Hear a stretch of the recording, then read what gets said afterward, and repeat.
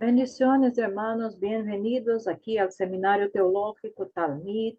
Y en esta oportunidad vamos a estar estudiando la rama de doctrina de Dios, o como muchos suelen llamar esta rama, teología mismo o teología propiamente dicha, que quiere decir el estudio de la doctrina de Dios, el conocimiento de Dios.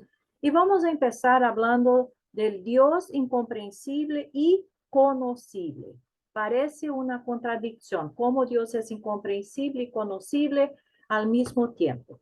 Al decir que la teología es el conocimiento de Dios, se presenta la pregunta si Dios es conocible. Por un lado, afirmamos que Dios es incomprensible. Esto significa que el ser humano no puede alcanzar el conocimiento de Dios por sí mismo y que el ser humano no puede conocer a Dios exhaustivamente. Los que solo enfatizan la incomprensibilidad de Dios, lógicamente tienden al deísmo o agnosticismo.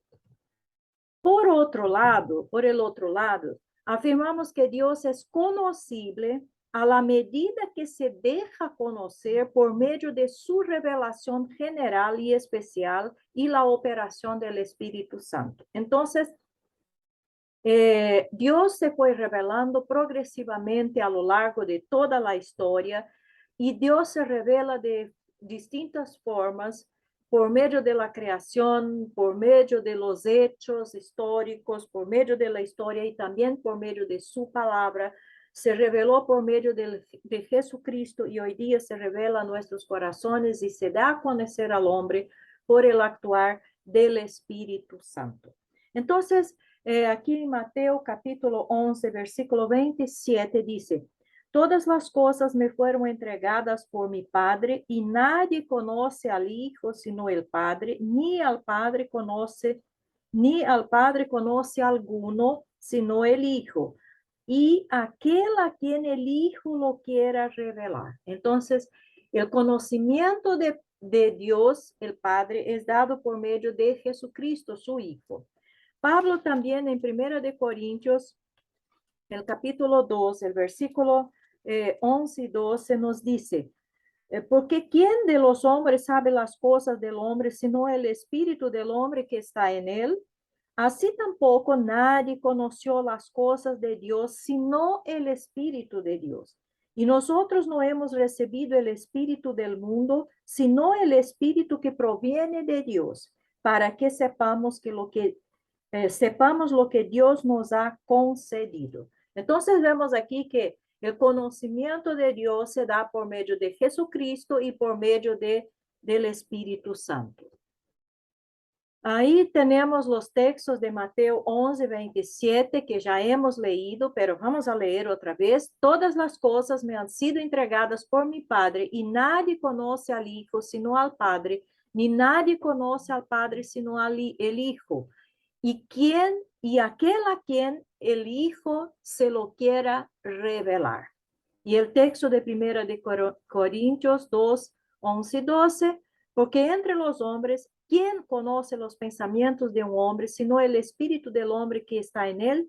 Asimismo, nadie conoce los pensamientos de Dios, sino el espíritu de Dios. Y nosotros hemos recibido no el espíritu del mundo, sino el espíritu que viene de Dios, para que conozcamos lo que Dios nos ha dado gratuitamente.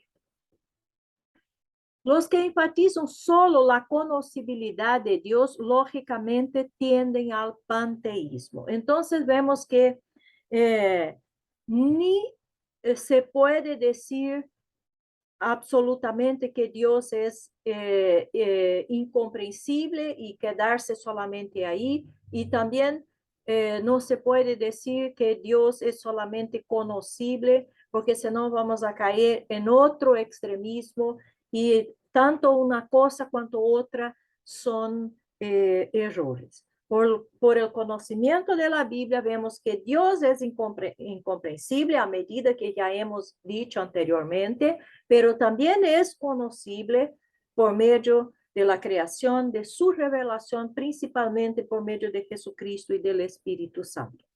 podemos concluir que nuestro conocimiento de Dios es real y suficiente, pero limitado. Primera de Corintios 13, versículo 12 nos dice, porque ahora vemos por un espejo, veladamente, pero entonces veremos cara a cara. Ahora conozco en parte, pero entonces conoceré plenamente como he sido conocido. Entonces, ¿es posible que el hombre conozca a Dios? Sí, es posible y muchos lo han conocido. Pero este conocimiento siempre va a ser limitado porque Dios es infinito, Dios es indescriptible, de tan grande, de tan excelso, pero nosotros somos humanos y somos limitados. Pero podemos conocer a Dios si su conocimiento es real. Algunos teólogos reformados, como Cornelio Van Til, dicen que nuestro conocimiento de Dios es analógico, que significa que es parecido al conocimiento que Dios tiene de sí mismo, pero no igual.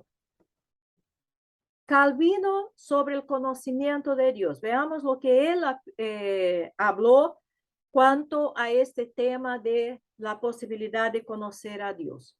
Juan Calvino abrió su Institución de la Religión Cristiana, que es una obra importantísima, con una discusión del conocimiento de Dios y del conocimiento de nosotros mismos. Afirmó que estos dos conocimientos son los principales y que están íntimamente ligados.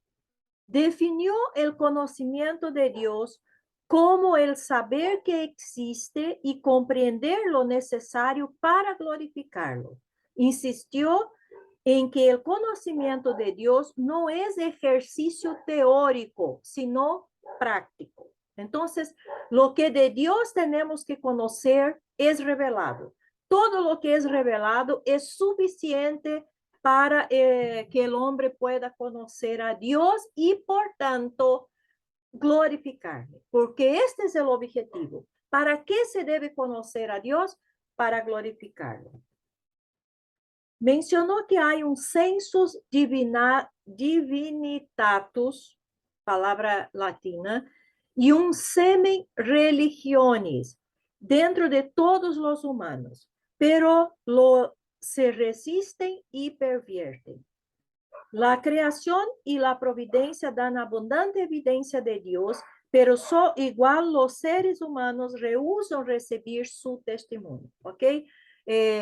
Hay un versículo de Eclesiastés a donde dice que Dios puso la eternidad en el corazón del hombre. Entonces vemos que cualquier ser humano tiene un testimonio íntimo de la existencia de un ser sobrenatural de Dios, ¿ok? Entonces existe un testimonio natural, sobrenatural, que Dios puso en el corazón del hombre. Existe también una semiente, una semilla que induce al hombre a buscar a ser un ser religioso. Y aquí cuando se trata de decir un ser religioso, no está se hablando de una religión tradicional o formal o como las personas entienden el término religión o religioso. Aquí se refiere al sentido, al significado, la necesidad intuitiva, natural que el ser humano tiene de relacionarse con Dios, de estar conectado con el ser divino, sobrenatural que es Dios. Por lo tanto, las escrituras son necesarias para darnos conocimiento de Dios como creador. La confesión de fe de Westminster dice que Dios nos ha dado en las escrituras todo el conocimiento necesario para darle gloria y ser salvos. Así que nuestra postura debe ser de creyentes humildes, recibiendo lo que Dios nos ha revelado de sí mismo con gratitud, fe y obediencia, y rehusando especular sobre lo que no nos ha sido revelado. El gran problema de la humanidad es que por lo general quieren especular lo que no está revelado. Todo lo que el hombre necesita para conocer a Dios, para relacionarse con Dios, para ser salvo y para adorar a Dios, está revelado. Dios reveló. Esto es lo que necesitamos conocer y debemos ser agradecidos a Dios por esto. Y no partir para otra parte que es especular lo que no está revelado. Porque obviamente no se va a llegar a conclusión ninguna de lo que no está revelado. El hombre solo puede conocer de Dios lo que está revelado. Esto es un hecho y esto muestra la soberanía de Dios y muestra también lo cuán limitado es el hombre, cuán necesita de Dios para que cualquier cosa suceda en su vida. Vamos entonces a conocer algunas definiciones de Dios. Dios es un espíritu infinito, eterno e invariable en su ser, sabiduría, poder, santidad, justicia, bondad y verdad. Este es el concepto que está registrado en el Catecismo Menor de la Defensa de Fe de Westminster. Otro concepto que tenemos es un espíritu inteligente e infinito, es un espíritu inteligente e infinito, el hacedor y gobernador supremo del cielo y de la tierra, inexpresablemente glorioso en santidad y digno de todo honor, amor y de toda confianza posible. Este es el concepto del pastor doctor Eddie Ildefonso. También otro teólogo llamado Langston define a Dios como Dios es un espíritu personal, perfectamente bueno, que en amor santo crea, sostiene y dirige todo. La existencia de Dios. Falsos y verdaderos sistemas de teología. Entonces vamos a ver aquí distintos conceptos que algunos tienen de la existencia de Dios y algunos son netamente falsos y otros son verdaderos. Primero, el deísmo. Este sistema reconoce que hay un Dios, pero niega que Dios sustente o sostenga la creación. Para ellos, Dios es el creador, pero no el sustentador. Y ahí ya está claro cuál es el problema del deísmo, de este sistema teológico llamado deísmo. El ateísmo.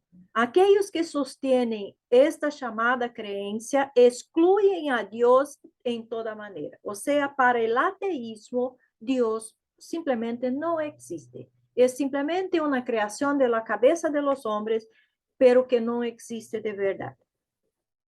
El escepticismo. Escépticos están llenos de dudas y descreen de Dios, especialmente del Dios de la revelación. El agnosticismo. Esta escuela de pensamiento no niega a Dios, pero niega que Dios pueda ser conocido. El panteísmo. Para ellos, todo es Dios y Dios es todo. Cada cosa que vemos es Dios y Dios está en todo. Dios y creación serían sinónimos, lo que también es un equívoco. El politeísmo.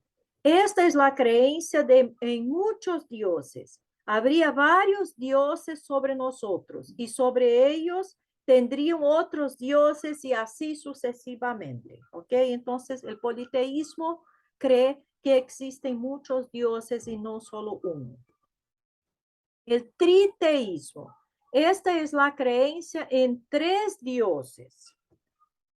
El dualismo. Esta es la creencia en 2 dioses, un Dios que es bueno y un Dios que es malo. Ellos no son coiguales en poder ellos son coiguales en poder y persuasión. Así cree el dualismo, un Dios bueno y un Dios malo. El teísmo es la creencia en la existencia de un Dios personal. Cada uno debe saber quién es Dios, cuál es su nombre a fin de confiar en él. El monoteísmo es la doctrina sobre la existencia de un solo Dios, creador de todo y soberano sobre todo.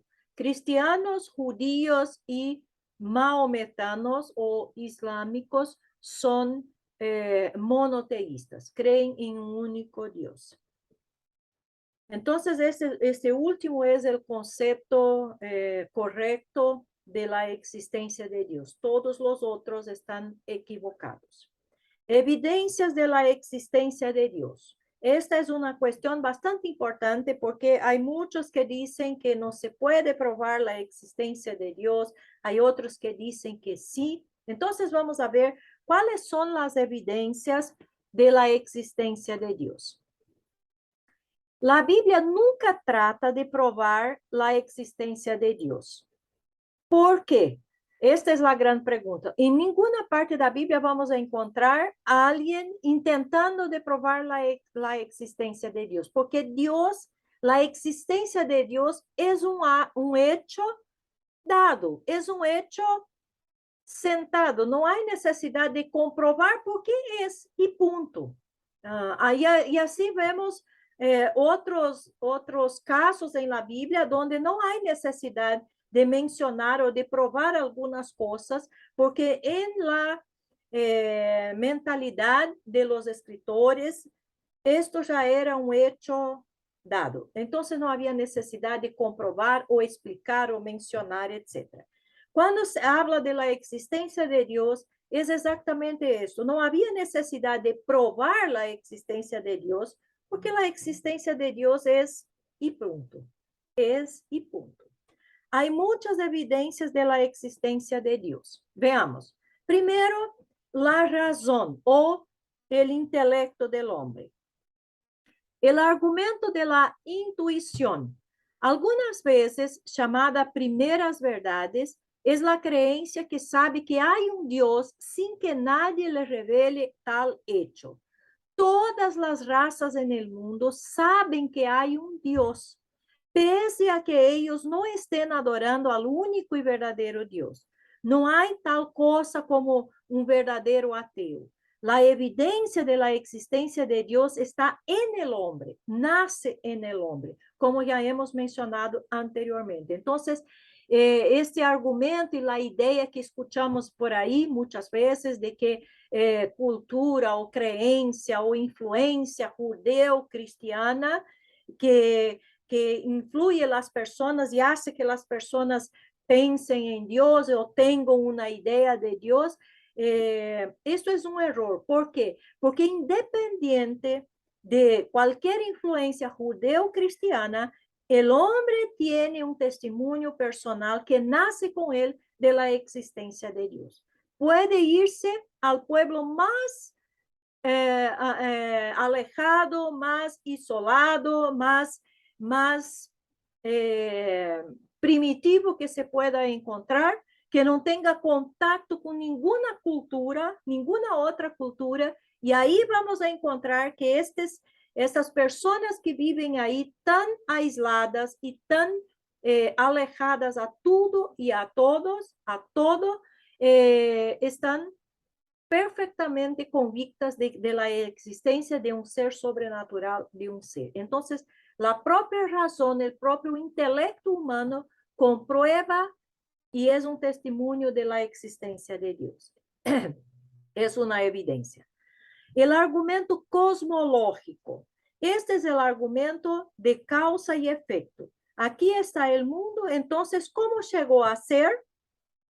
Hay una cosa, hay una causa o poder detrás de todo. Debe haber un hacedor o creador. Entonces, este argumento cosmológico también es una evidencia de la existencia de Dios. Porque si hay una creación, alguien había de haber hecho esto. No puede ser simplemente así, como algunos quieren decir, que simplemente empezó a existir de la nada. No, existe una causa para, y esa es una ley de la naturaleza, del universo.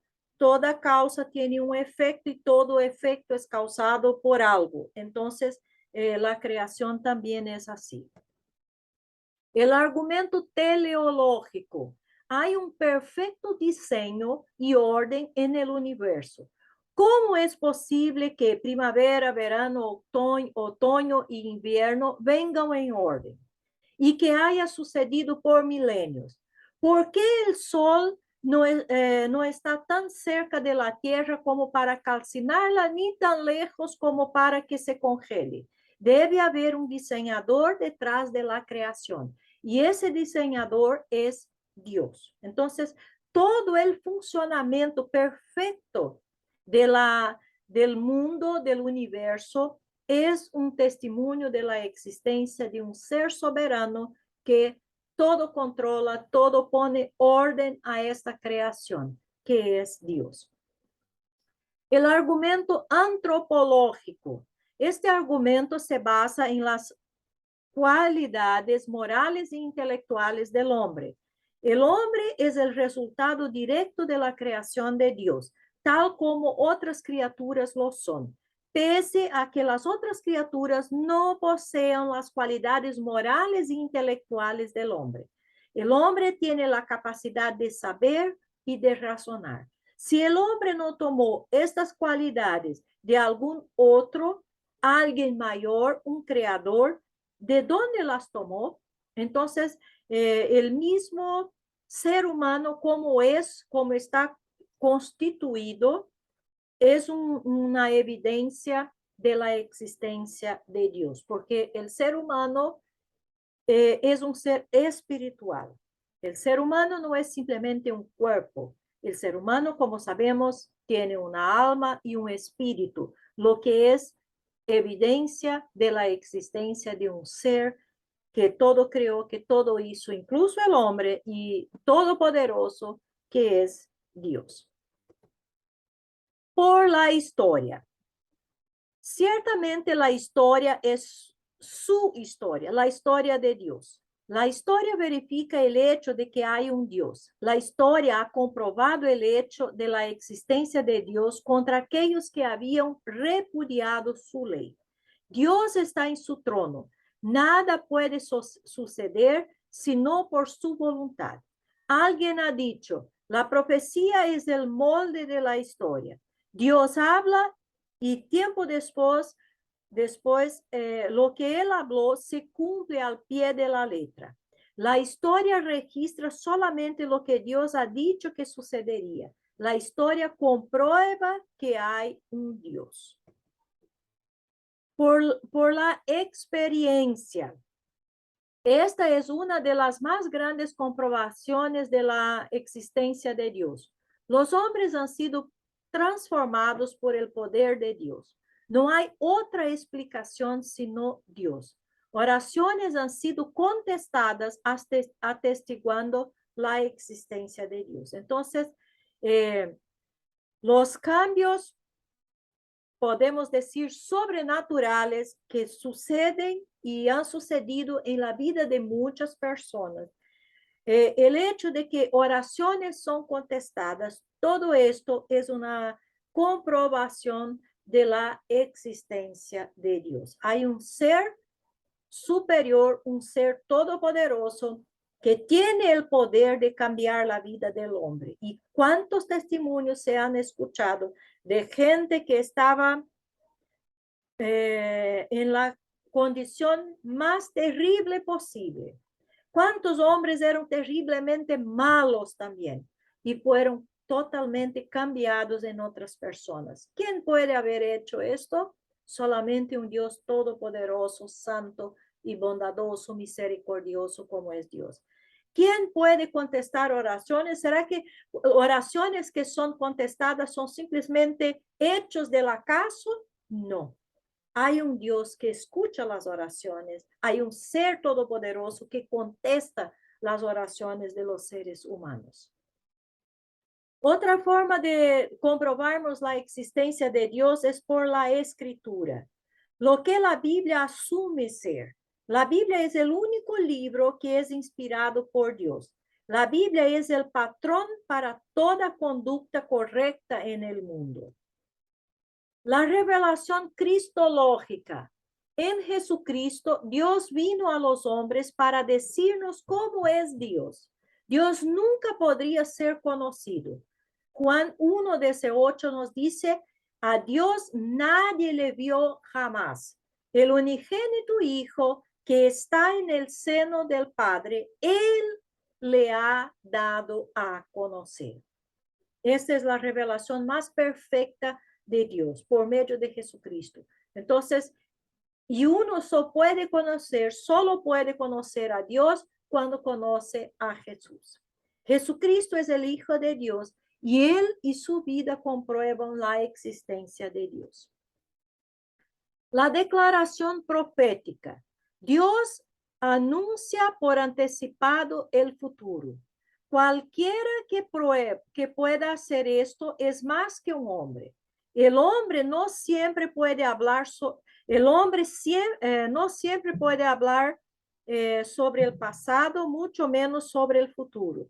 Cuando Cristo fue crucificado, se cumplieron 25 profecías distintas, profecías escritas con siglos de anticipación. O sea, cuando se trata del pasado, muchas cosas los hombres pueden hablar, pero también hay muchas cosas que los hombres no saben y no pueden ni siquiera explicar por qué pasaron o cómo pasaron. Hay muchos hechos pasados que son verdaderos misterios para la humanidad. ¿Cuánto más el futuro? Es imposible que un mero ser humano, un simple ser humano, y todos nosotros somos meros y simples seres humanos, sepan lo que va a pasar incluso un minuto aquí después. Estamos aquí, de aquí a un minuto no sabemos lo que va a pasar, pero Dios lo sabe. Y vemos que cuando Cristo vino, se cumplieron exactamente 25 de las profecías que ya habían sido dichas. Otras siguieron se cumpliendo a lo largo de la historia, están se cumpliendo aún, muchas aún van a cumplirse. Entonces, ¿quién puede decir el futuro anticipadamente, antes que suceda? Solo un ser todopoderoso que sabe de todas las cosas y que ha hecho y planificado todas las cosas. Este es Dios. Ahora, entonces hemos visto que existen muchas evidencias de la existencia de Dios, aunque muchos no quieran aceptar o quieran dudar de todo esto. Esto es un testimonio, podemos decir, irrefutable, porque está ahí aunque el hombre no quiera aceptarlo. Ahora vamos a conocer algunos nombres y títulos de Dios, porque también por sus nombres podemos conocer un poco de quién es Dios. El nombre de una persona, lugar o cosa es eso por lo cual es conocida. Los nombres de Dios son aquellos por los cuales Él es conocido. Ellos denotan su carácter. Los nombres del Señor son aquellos por los cuales Él es conocido entre su pueblo. Es por eso que vemos también cuando se trata de seres, de personas, también vemos en la Biblia como el nombre de la persona tenía una importancia bastante grande. ¿Por qué? Porque los nombres, de cierta manera, decían quién era la persona. También Dios se dio a conocer a sus siervos, a sus amigos, a sus hijos, por medio de sus nombres y títulos. En el Salmo 54, versículo 1, podemos leer, sálvame, oh Dios, por tu nombre. Entonces vemos aquí como el nombre de Dios siempre fue algo muy poderoso y considerado. Quien conoce el nombre de Dios y era como si tuviera conocimiento del propio Dios. Salmo 9, versículo 10 dice, en ti confiarán los que conocen tu nombre. En Proverbios 18:10 también leemos, el nombre del Señor es torre fuerte, y a ella corre el justo y está a salvo. Entonces vemos por estos versículos que el nombre y Dios es como si fuera la misma cosa, el mismo ser. Hablar el nombre de Dios es como hablar de Dios mismo, y así de hecho es. En la versión Reina Valera de 1960 se distinguen los tres nombres primarios de Dios claramente. Dios es la traducción de la palabra hebrea Elohim. La palabra Jehová se usa para Yahvé y la palabra Señor para la palabra Adonai. Entonces aquí tenemos los tres nombres de Dios, Elohim, Yahvé y Adonai, nombres en hebreo, y que son traducidos entonces como Dios, Jehová y Señor. Cada una de esas tres palabras, Elohim, Jehová y Adonai, describe el carácter de Dios y de sus acciones hacia la humanidad, distinguiendo entre el santo y el pecador. Veamos el primer nombre, Elohim. La palabra Elohim, que es traducida Dios, aparece más de 2300 veces en la escritura. Y aunque no es un nombre personal de Dios, es el título oficial de Dios, lo que Él es, Dios, Elohim. Elohim es un nombre plural. En el hebreo denota tres o más, una sugerencia de la Trinidad. Génesis 1:1 declara, en el principio crió Dios los cielos y la tierra. Ahí en este versículo aparece la palabra Elohim. Génesis 1:26-27, y dijo Dios Elohim, hagamos al hombre a nuestra imagen. Entonces, aquí en este versículo ya vemos cómo este nombre, este título de Dios está en el plural, porque el verbo siguiente, hagamos, indica que no es una persona sola, ¿ok? El significado literal de Elohim es el poderoso, el infinitamente fuerte. Y en el primer capítulo de Génesis se describe a Elohim desplegando todo su poder con estas 10 palabras. Creó, hizo, movió, dijo, vio, llamó, dividió, estableció, terminó y bendijo. Entonces vemos aquí todos estos verbos evidencian, nos dicen y nos dan testimonio exactamente del poder del Dios poderoso e infinitamente fuerte que es Elohim. Entonces aquí ya vemos cómo que su nombre y sus hechos nos dan testimonio de quién es Dios y cómo podemos conocer a Dios por su nombre y por sus hechos. El poder pertenece a Dios. Dios solo tiene que hablar y es hecho. Dios no solo crea, sino también sostiene lo que Él ha creado de la nada. Elohim, Dios, también tiene poder para gobernar. Daniel apuntó esto y Nabucodonosor tuvo que experimentar que el Altísimo gobierna el reino de los hombres y que a quien Él quiere lo da y constituye sobre él al más bajo de los hombres. Esto está en Daniel 4:17. Con orgullo llenando su corazón, Nabucodonosor fue vapuleado con locura hasta que reconociese que el Altísimo gobierna.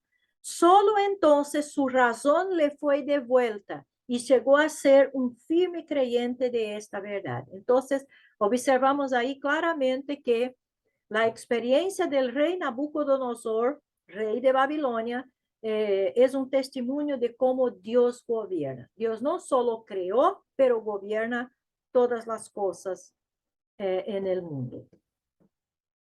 Elohim también tiene poder para juzgar, ya sea sobre hombres o naciones.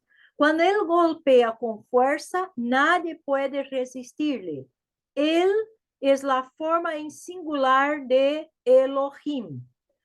Se encuentra 250 veces en la escritura. Es usado en los nombres propios de hombres tales como Samuel, pedido de Dios, y Elías, Jehová es mi Dios. Entonces vamos a encontrar esa pequeña expresión, Dios, él, que es el singular de Elohim, como Dios también es llamado en la Biblia, pero presente en el nombre de muchas personas en la Biblia.